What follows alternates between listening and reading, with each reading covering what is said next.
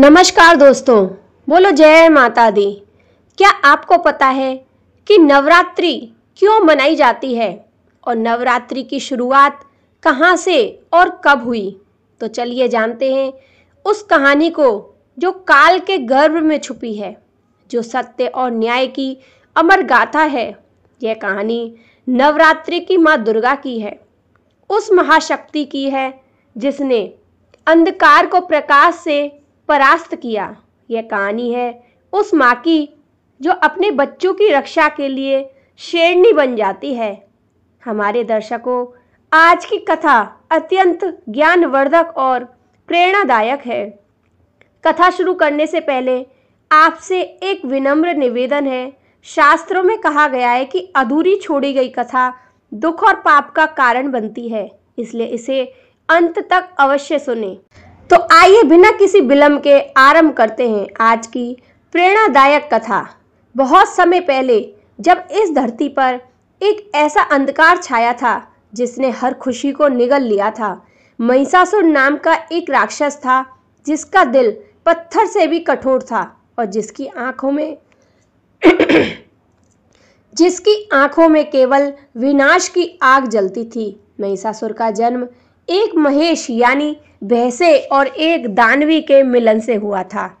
उसकी माँ ने मरते समय उसे आशीर्वाद दिया था कि कोई भी पुरुष उसे नहीं मार सकेगा। यह वरदान उसके लिए अभिमान का कारण बन गया। बचपन से ही महिषासुर में असाधारण शक्तियां थी। वर्षों तक कठोर तपस्या करके उसने ब्रह्मा जी को प्रसन्न किया और वरदान मांगा कि कोई भी पुरुष, देवता, दानव या इंसान उसे नहीं मार सके। ब्रह्मा जी ने यह वरदान दे दिया, लेकिन महिषासुर के अहंकार में यह बात नहीं आई थी कि कोई स्त्री उससे युद्ध भी कर सकती है। वरदान पाकर महिषासुर की नज़र स्वर्ग लोक पर पड़ी। उसने सोचा कि जब कोई पुरुष उसे मार ही नहीं सकता तो वह देवताओं को भी हरा सकता है। एक अंधेरी रात में महिषासुर ने अपनी विशाल सेना के साथ स्वर्ग लोक पर आक्रमण कर दिया। उसकी सेना में हजारों दानव थे जिनकी आंखें आग की तरह लाल थी। देवराज इंद्र ने अपना वज्र चलाया, भगवान विष्णु ने सुदर्शन चक्र फेंका, भगवान शिव ने त्रिशूल उठाया, लेकिन महिषासुर पर इसका कोई असर नहीं हुआ। 3 दिन 3 रात युद्ध चला, लेकिन देवताओं की सारी शक्तियां महिषासुर के सामने छोटी पड़ गईं। अंत में हारकर सभी देवता स्वर्ग छोड़कर भागने पर मजबूर हो गए। महिषासुर ने स्वर्गलोक पर कब्जा कर लिया और इंद्र के सिंहासन पर बैठकर देवताओं के सारे अधिकार छीन लिए। स्वर्ग में महिषासुर का आतंक छा गया। उसने अप्सराओं को कैद कर लिया और गंधर्वों को अपना दास बना लिया।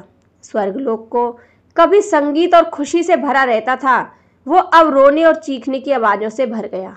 स्वर्गलोक पर महिषासुर के कब्जे का असर धरती पर भी पड़ने लगा। सूर्य चंद्र उनके नियंत्रण में होने से मौसम का चक्र बिगड़ गया। कभी तेज धूप पड़ती, कभी भयानक बारिश होती, जिसकी वजह से खेतों में फसल नहीं उगती थी। नदियां या सूख जाती या बाढ़ से भर जाती। पेड़ों पर फल नहीं आते थे, पशु पक्षी परेशान थे। इंसानों की हालत और भी खराब थी। भूख और प्यास से लोग तड़प रहे थे, बीमारियां फैल रही थी, बच्चे रो रहे थे और माताएं उन्हें चुप कराने के लिए खुद रो रही थी। सबसे दुखद बात यह थी कि लोग प्रार्थना करते थे, लेकिन उनकी प्रार्थनाएं स्वर्ग तक नहीं पहुंच पा रही थी।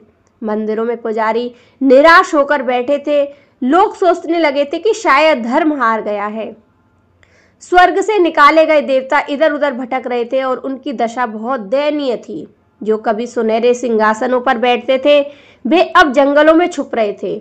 सबसे ज्यादा दुख की बात यह थी कि धरती से लोगों की पुकार उन तक पहुंच रही थी, लेकिन वे कुछ नहीं कर सकते थे। एक दिन सभी देवता एक जगह इकट्ठे हुए। तब इंद्र ने कहा, हमने अपने अहंकार में यह नहीं सोचा कि हम भी हार सकते हैं। विष्णु भगवान ने कहा, यह सिर्फ शक्ति ही हार नहीं है, यह हमारी सोच की भी हार है। हमने सोचा था कि पुरुष शक्ति ही सब कुछ है। फिर शिव भगवान ने कहा, ब्रह्मांड में जो सबसे बड़ी शक्ति है वो है शक्ति स्वयं, और शक्ति का रूप माँ है।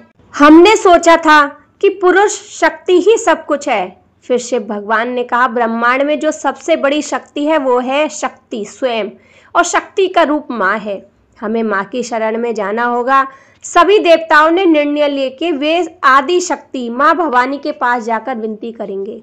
हिमालय की सबसे ऊंची चोटी पर, जहाँ बर्फ हमेशा चमकती रहती है और हवा में दिव्यता का एहसास होता है, सभी देवता इकट्ठे हुए।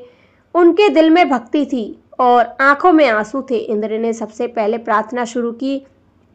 उनकी आवाज में दर्द था। हे माँ, हे आदि शक्ति, हे जगत जननी, हमारी रक्षा करो। हमारे अहंकार ने हमें अंधा बना दिया था। हम सब तुमसे प्रार्थना करते हैं। अब हमें एहसास हुआ है कि तुम्हारे बिना हम कुछ भी नहीं है। विष्णु भगवान ने हाथ जोड़कर कहा, हे माँ, तुम ही हो जो सृष्टि की रचना करती हो, उसका पालन करती हो और जरूरत पड़ने पर संहार भी करती हो। महिषासुर ने तुम्हारी इस सृष्टि को दुख दिया है, कृपया आकर उसका वध करो। शिव भगवान ने अपना त्रिशूल नीचे रखकर कहा, हे अर्धांगिनी, तुम मेरी शक्ति हो। तुम्हारे बिना मैं शव के समान हूँ। मेरी सारी शक्ति तुमसे ही आती है। अब तुम ही हमें बचा सकती हो। ब्रह्मा जी ने कहा, हे माँ, मैंने महिषासुर को वरदान दिया था कि कोई पुरुष उसे नहीं मार सकेगा, लेकिन तुम स्त्री शक्ति हो, तुम उसे मार सकती हो। कृपया प्रकट होकर धर्म की रक्षा करो। अन्य सभी देवताओं ने भी अपनी अपनी प्रार्थना की। उनकी आवाजों में इतना दर्द था कि पत्थर भी पिघल जाते। उनकी भक्ति इतनी सच्ची थी कि आकाश में तारे भी रो रहे थे। 3 दिन 3 रात तक लगातार प्रार्थना चलती रही। देवता न खाते थे न सोते, बस माँ को पुकारते रहते। उनके आंसुओं से हिमालय की बर्फ भी गीली हो गई थी। चौथे दिन सुबह जब सूरज उगने वाला था, तब आकाश में एक अजीब सी रोशनी दिखाई दी। यह रोशनी सूरज से भी तेज थी, लेकिन आंखों को दुख नहीं दे रही थी। यह रोशनी माँ की थी। अचानक आकाश में दिव्य प्रकाश निकला और पूरा ब्रह्मांड उससे चमक उठा। उसी प्रकाश से माँ दुर्गा प्रकट हुई। उनका रूप अलौकिक था। आंखों में करुणा और शक्ति दोनों झलक रही थी। उनके 10 हाथ थे और हर हाथ में एक अलग हथियार, जो सुरक्षा का प्रतीक लग रहे थे। माँ दुर्गा को देखते ही देवताओं का भय मिट गया और उनके दिलों में आशा जगी। माँ ने कहा, मेरे बच्चों, तुम्हारा दुख देखकर मैं आ गई हूँ। महिषासुर को उसके पाप की सजा मिलेगी। इंद्र ने कहा, हे माँ, हमारे अहंकार से यह संकट आया है। माँ ने उत्तर दिया, गलती इंसान से होती है, लेकिन उसे स्वीकार करना और सुधारना महानता है। अब मैं तुम्हारी रक्षा करूंगी। विष्णु ने पूछा, माँ, हमारे हथियार बेअसर हैं, आप कैसे विजय पाएंगी? माँ मुस्कुराई और बोली, तुम्हारे हथियार में तुम्हारी शक्ति है, लेकिन मेरे हथियार में पूरे ब्रह्मांड की शक्ति है, क्योंकि मैं ही उनका स्रोता हूँ। माँ दुर्गा ने देवताओं से कहा, अब तुम सब अपनी शक्ति मुझे दे दो। जब सारी शक्तियाँ एक हो जाएंगी, तब महिषासुर का अंत होगा। सबसे पहले भगवान शिव आगे आए। उन्होंने अपना त्रिशूल माँ को भेंट किया। जैसे ही माँ ने त्रिशूल हाथ में लिया, वो दिव्य प्रकाश से चमकने लगा। फिर भगवान विष्णु ने अपना सुदर्शन चक्र दिया। चक्र माँ के हाथ में आकर सोने की तरह चमकने लगा। इंद्र ने अपना वज्र दिया। वज्र में अब पहले से भी ज्यादा बिजली की शक्ति आ गई। वरुण ने अपना शंख दिया। अग्निदेव ने अपनी आग दी। वायुदेव ने अपनी हवा की शक्ति दी। सूर्य देव ने अपनी रोशनी दी। जैसे जैसे देवता अपनी शक्तियां माँ को दे रहे थे, माँ का तेज बढ़ता जा रहा था। उनके चारों तरफ एक दिव्य प्रकाश का घेरा बन गया था। हिमालय के राजा पर्वत ने माँ को एक शेर दिया। वह शेर कोई साधारण शेर नहीं था, यह दिव्य शेर था, जिसकी आंखों में आग जलती थी और जिसकी दहाड़ से पहाड़ हिल जाते थे। माँ दुर्गा शेर पर बैठी तो वह दिव्य अद्भुत दृश्य था। माँ की सुंदरता और शेर की शक्ति का मेल देखकर सभी देवता मंत्रमुग्ध हो गए। माँ ने कहा, अब मैं तैयार हूँ। देवताओं ने खुशी से जय जयकारा की। पहली बार कई दिनों बाद उनके चेहरों पर खुशी दिखाई दे रही थी। माँ ने अपना शंख बजाया। उनकी आवाज तीनों लोकों में गूंज गई। महिषासुर स्वर्गलोक में सिंहासन पर बैठा था। तभी माँ दुर्गा के शंख की गूंज से उसका कान फटने लगा। उसने सैनिकों से पूछा, यह कैसी आवाज है? एक सैनिक बोला, महाराज, यह किसी नई शक्ति की आवाज है। महिषासुर हंसते हुए बोला, मैं महिषासुर हूँ, मुझसे कोई नहीं लड़ सकता।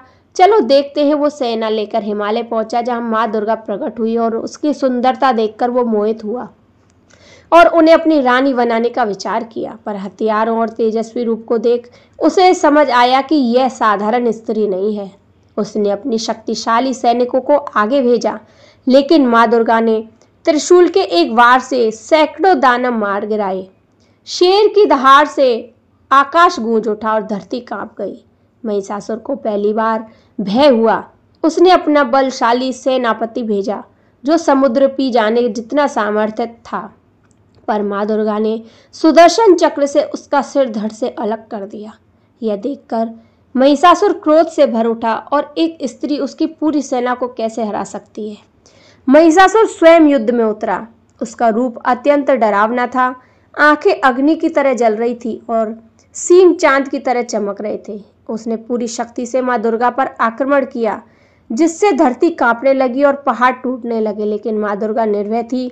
उन्होंने त्रिशूल और अन्य शस्त्रों से हर बार का जवाब दिया। युद्ध इतना भयंकर था कि आकाश में अग्निवृष्टि होने लगी और समुद्र में तूफान उठने लगे।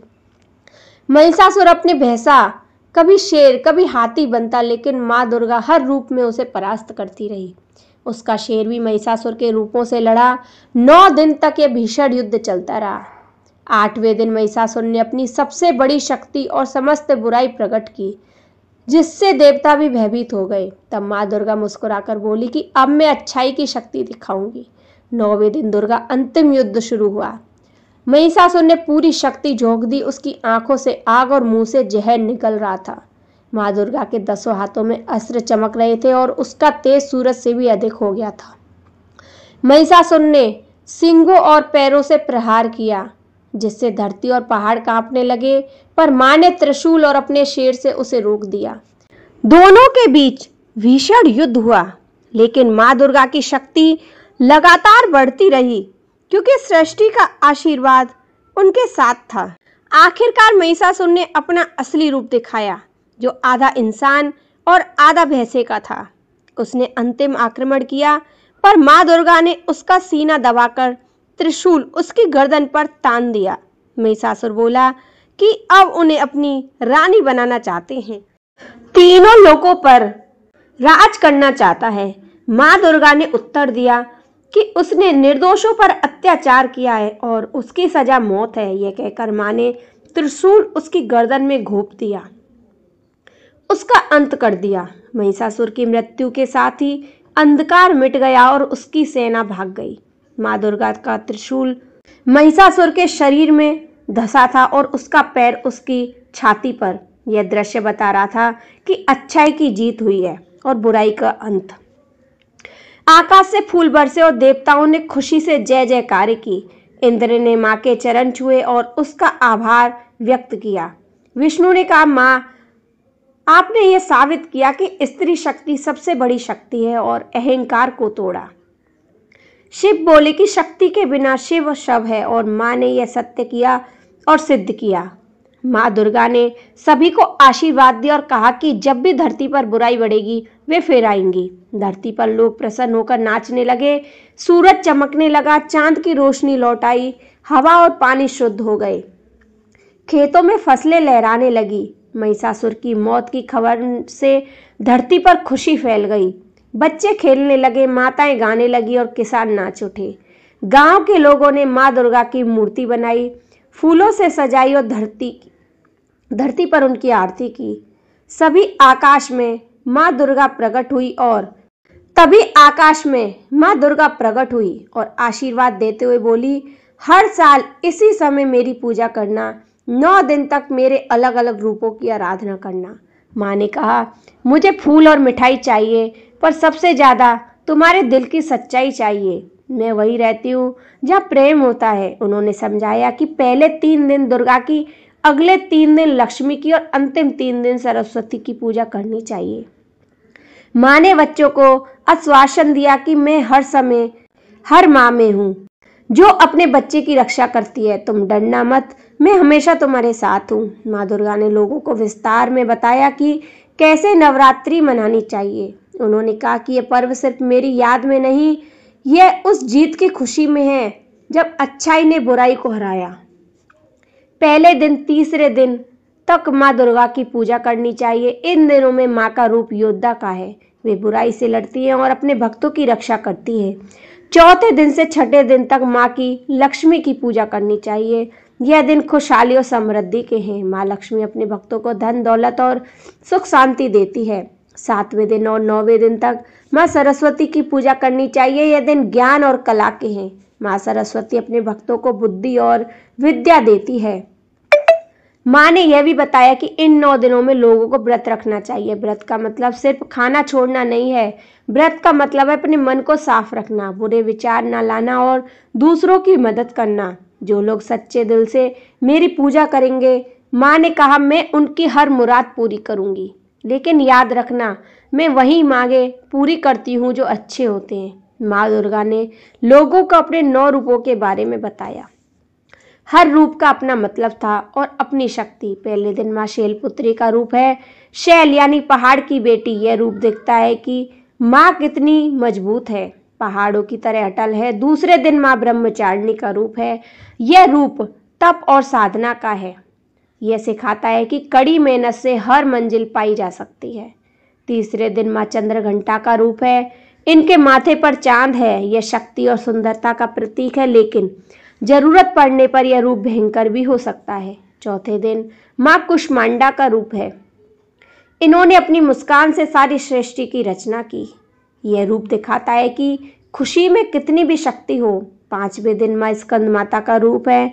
यह माँ और बच्चे के प्रेम का रूप है। यह दिखाता है कि माँ का प्यार सबसे बड़ी शक्ति है।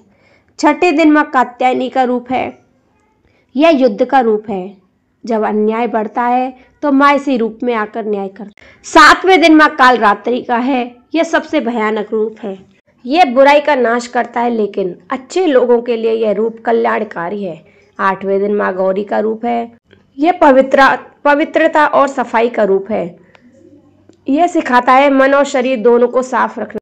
9वें दिन माँ सिद्धिदात्री का रूप है। यह सारी सिद्धियों को देने वाला रूप है। जो भक्त सच्चे दिल से पूजा करते हैं उन्हें यह रूप सब कुछ दे देता है। माँ ने कहा, मेरे ये 9 रूप अलग अलग लग सकते हैं, लेकिन यह सब एक ही हैं। महिषासुर के वध के बाद सबसे बड़ा बदलाव यह आया कि लोगों ने स्त्री शक्ति को पहचाना।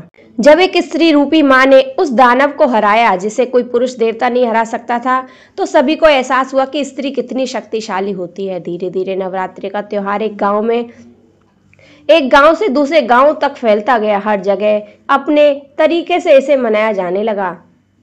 तो दोस्तों, यह थी नवरात्रि की कहानी कि नवरात्रि 9 दुर्गा क्यों मनाई जाती हैं, क्या है इसका महत्व। जय श्री कृष्णा, राधे राधे, बोलो जय माता दी।